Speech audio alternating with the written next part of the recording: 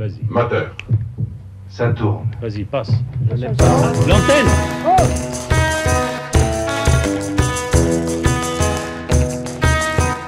C'était un prank et la caméra est juste ici. Vous avez peut-être déjà entendu cette formule à la fin d'une vidéo et ce n'est pas étonnant, le prank est aujourd'hui hyper populaire et décliné partout dans le monde. Mais d'où tient-il son succès international? Prank signifie tout simplement canular ou farce en anglais et désigne une catégorie de vidéos humoristiques qui a fleuri dans les années 2010. Le phénomène est d'abord apparu aux États-Unis dans les années 2012 avant de se développer en 2016 sur YouTube. Le prank est tout simplement la mise en scène d'un canular en vidéo.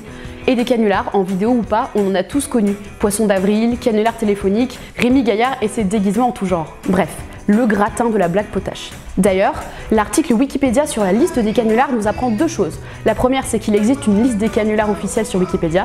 Et la deuxième, c'est que le premier canular médiatique date de 1938, quand Orson Welles a fait croire à une invasion extraterrestre en direct d'un studio de radio. Et comme à l'époque, le fact-checking n'existait pas encore, ça a provoqué la panique générale. Depuis, le prank s'est adapté aux nouveaux médias et s'est développé sur les plateformes de vidéos en ligne. Par exemple, sur YouTube, le prank le plus populaire cumule à lui seul quasiment 185 millions de vues.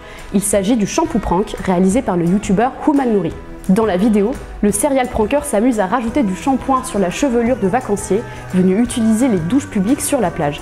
À la fin, il leur annonce sa supercherie et ils réagissent plus ou moins bien. Parce que oui, qu'il s'agisse de colère, de panique ou de peur, la réaction du piégé est une composante essentielle du prank. La mécanique de ce dernier est d'ailleurs assez simple et repose sur deux phases. La première, c'est le prank. Parfois, le piégeur va présenter rapidement la mise en scène du prank, puis passer à l'action et piéger sa victime. Tout repose alors sur la réaction du piégé qui doit être la plus spectaculaire possible. Ensuite, on passe à la deuxième et dernière phase du prank, le reveal, la révélation de la supercherie au principal intéressé. Et là encore, l'accent est mis sur la réaction du piégé, partagée entre soulagement, crise de nerfs, colère et envie de vengeance. Parfois, c'est pas beau à voir. Ces vidéos sont parfois visionnées des millions de fois et bénéficient d'un excellent référencement sur les plateformes en ligne. La raison? L'algorithme. Parce qu'une des conditions pour qu'une vidéo soit mise en avant, sur YouTube par exemple, c'est qu'elle soit regardée dans son intégralité.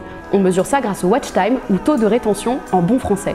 Et la plupart du temps, les spectateurs vont vouloir regarder le prank jusqu'à la fin pour découvrir le reveal et la réaction finale du piégé.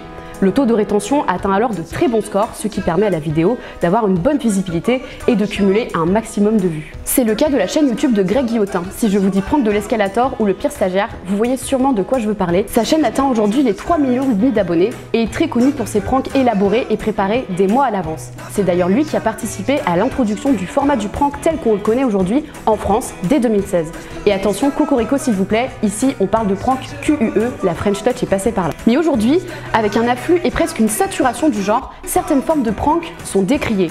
Et pour cause, pour provoquer des réactions épiques, certains prankers cherchent toujours à réaliser le piège le plus marquant.